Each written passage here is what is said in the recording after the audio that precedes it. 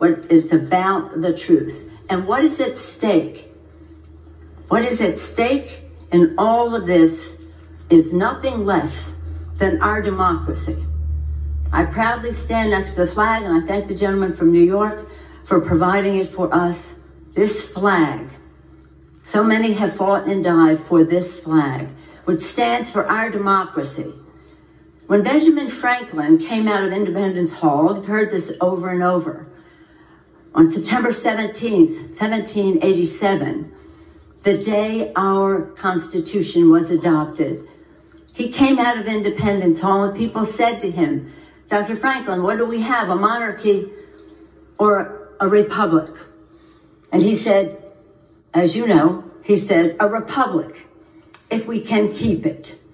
If we can keep it. And this Constitution is the blueprint for our republic and not a monarchy. But when we have a president who says, Article 2 says I can do whatever I want, that is in defiance of the separation of powers. That's not what our Constitution says. So what is at stake is our democracy. What are we fighting for? Defending our democracy for the people.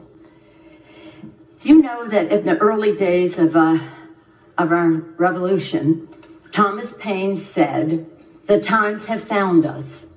The times found our founders to declare independence from a monarchy, to fight a war of independence, win, to write our founding documents, and thank God they made them amendable so that we could always be expanding freedom. And the genius, again, the genius of that Constitution was the separation of powers.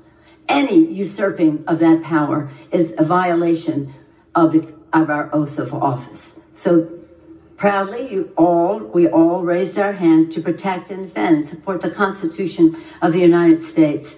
That's what this vote is about today. And we think the times found our founders, the times have found others in the course of our history to protect our democracy, to keep our country united. The times have found each and every one of us in this room and in our country to pay attention to how we protect and defend the Constitution of the United States, honoring the vision of our founders who declared independence from a monarch and established a country contrary to that principle, honoring the men and women in uniform who fight for our flag and for our freedom and for our democracy, and honoring the aspirations of our children so that no president, whoever he or she may be in the future, could decide that Article 2 says they can do whatever they want. Again, let us honor our oath of office. Let us defend our democracy. Let us have a good vote today and have clarity as to how we proceed, why we proceed, and again, doing so in a way that honors the Constitution. We must honor the Constitution in how we do this. We must respect the institution we serve. And we must heed the further words of our founders, e pluribus unum, from any one. They didn't know how many be or how different we would be, but they knew that we needed to always be unifying.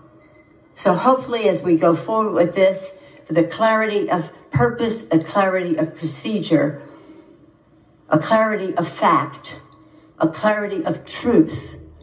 It's about the truth. It's about the Constitution. We will do so in a way that brings people together, that is healing rather than dividing. And that is how we will honor our oath of office. I urge